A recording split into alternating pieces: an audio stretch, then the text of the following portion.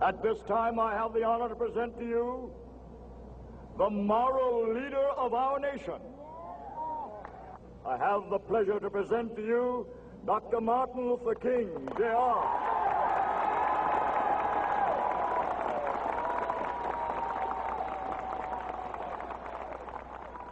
I am happy to join with you today in what will go down in history as the greatest demonstration for freedom in the history of our nation.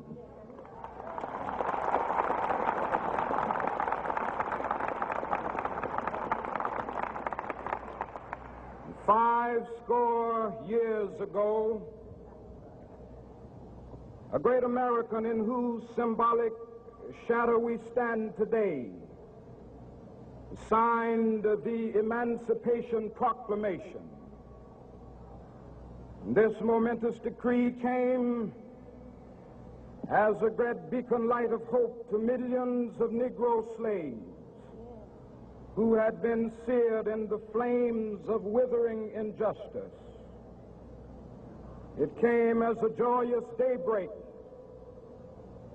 to end the long night of their captivity. But 100 years later,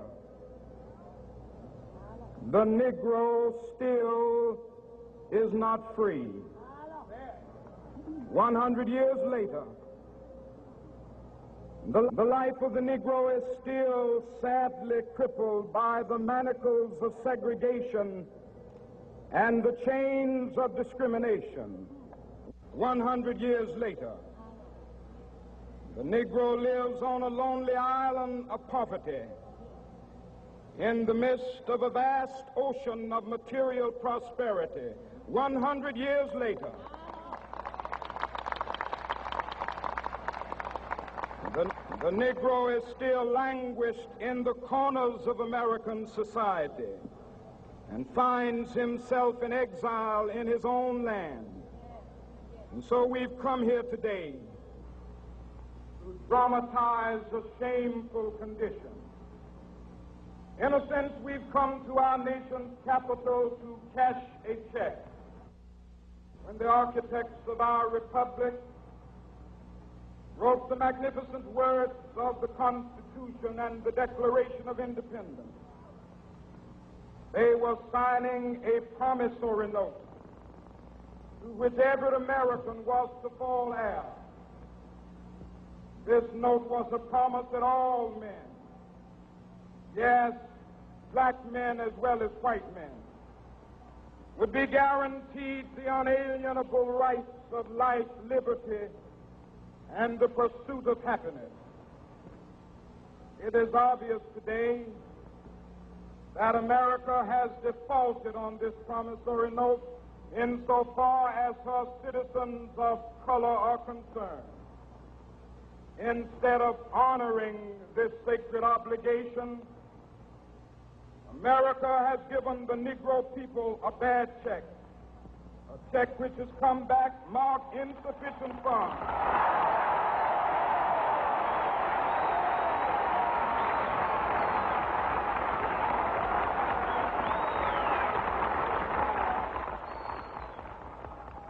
But we refuse to believe that the Bank of Justice is bankrupt. We refuse to believe that there are insufficient funds in the great vaults of opportunity of this nation. So we've come to cash this check, a check that will give us upon demand the riches of freedom and the security of justice.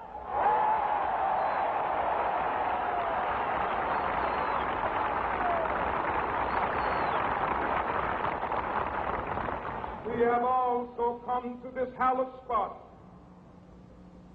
to remind America of the fierce urgency of now. This is no time to engage in the luxury of cooling off or to take the tranquilizing drug of gradualism.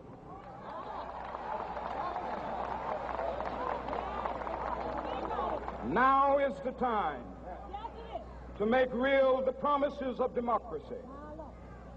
Now is the time to rise from the dark and desolate valley of segregation to the sunlit path of racial justice. Now is the time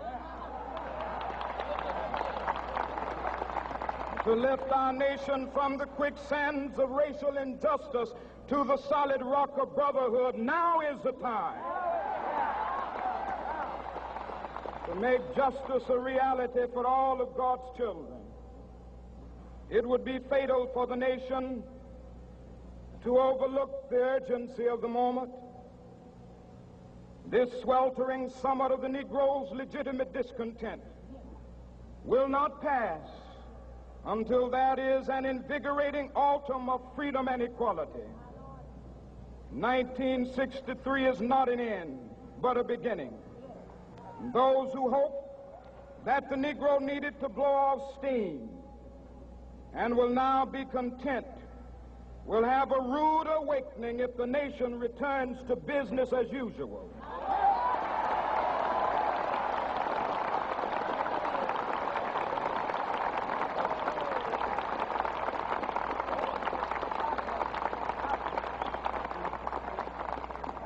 There will be neither rest nor tranquility in America until the Negro is granted his citizenship rights. The whirlwinds of revolt will continue to shake the foundations of our nation until the bright day of justice emerges. But that is something that I must say to my people who stand on the warm threshold which leads into the palace of justice. In the process of gaining our rightful place, we must not be guilty of wrongful deeds. Let us not seek to satisfy our thirst for freedom by drinking from the cup of bitterness and hatred.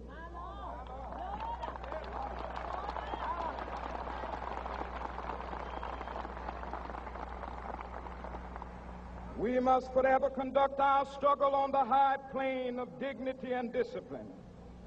We must not allow our creative protests to degenerate into physical violence. Again and again, we must rise to the majestic heights of meeting physical force with soul force. The marvelous new militancy which has engulfed the Negro community must not lead us to a distrust of all white people. For many of our white brothers, as evidenced by their presence here today, have come to realize that their destiny is tied up with our destiny.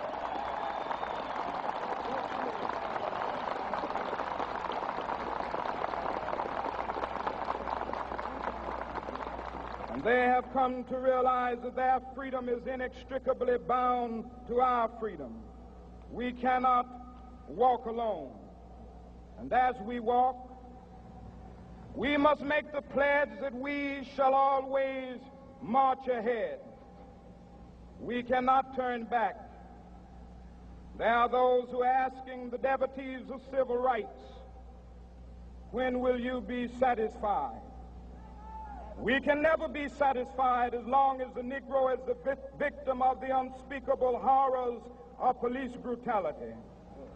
We can never be satisfied as long as our bodies, heavy with the fatigue of travel, cannot gain lodging in the motels of the highways and the hotels of the cities.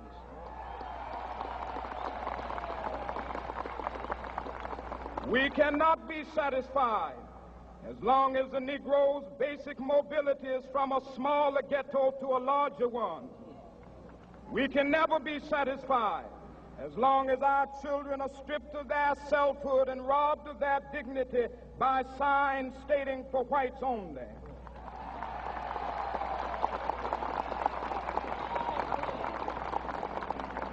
We cannot be satisfied as long as a Negro in Mississippi cannot vote and a Negro in New York believes he has nothing for which to vote.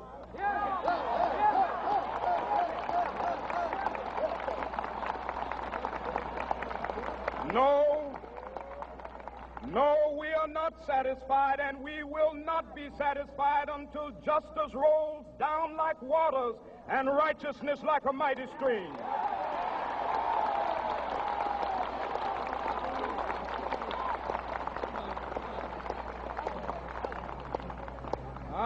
not unmindful that some of you have come here out of great trials and tribulations. Some of you have come fresh from narrow jail cells. Some of you have come from areas where your quest for freedom left you battered by the storms of persecution and staggered by the winds of police brutality. You have been the veterans of creative suffering. Continue to work with the faith that unearned suffering is redemptive. Go back to Mississippi. Go back to Alabama. Go back to South Carolina. Go back to Georgia. Go back to Louisiana. Go back to the slums and ghettos of our northern cities. Knowing that somehow this situation can and will be changed. Let us not wallow in the valley of despair. I say to you today, my friend,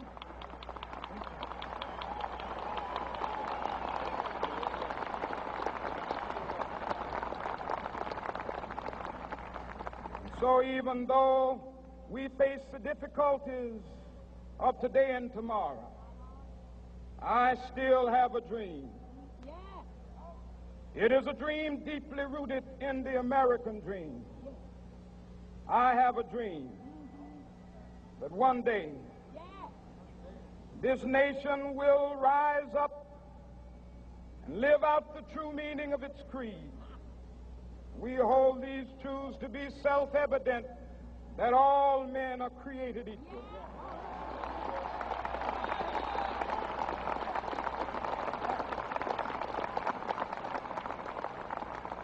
I have a dream that one day on the red hills of Georgia, the sons of former slaves and the sons of former slave owners will be able to sit down together at the table of brotherhood. I have a dream that one day,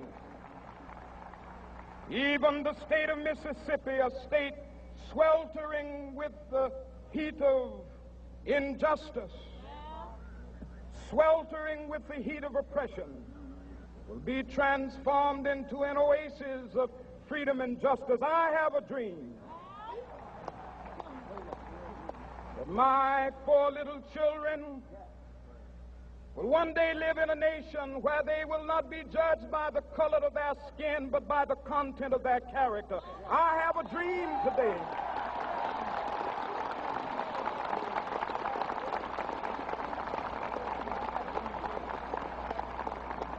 I have a dream that one day down in Alabama, with its vicious racists, with its governor having his lips dripping with the words of interposition and nullification, one day right there in Alabama, little black boys and black girls will be able to join hands with little white boys and white girls as sisters and brothers. I have a dream today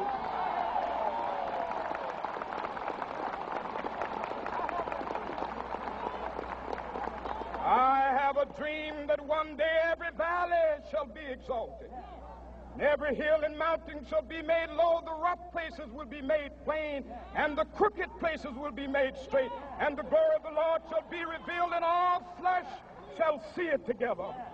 This is our hope. This is a faith that I go back to the South with.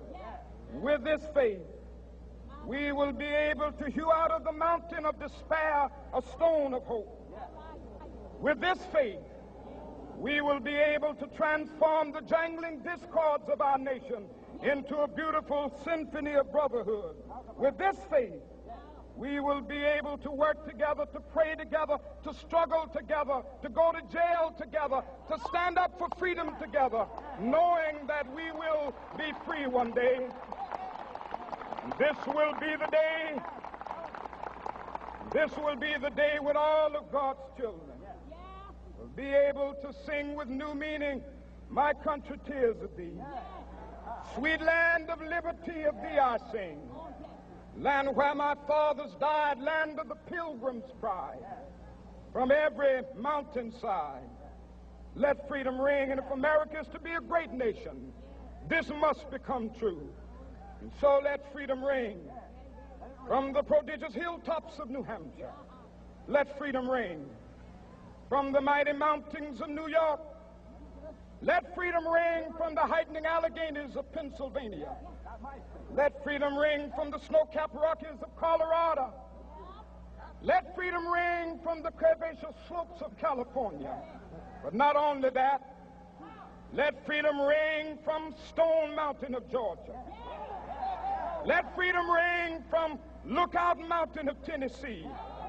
Let freedom ring from every hill and molehill of Mississippi, from every mountainside. Let freedom ring, and when this happens,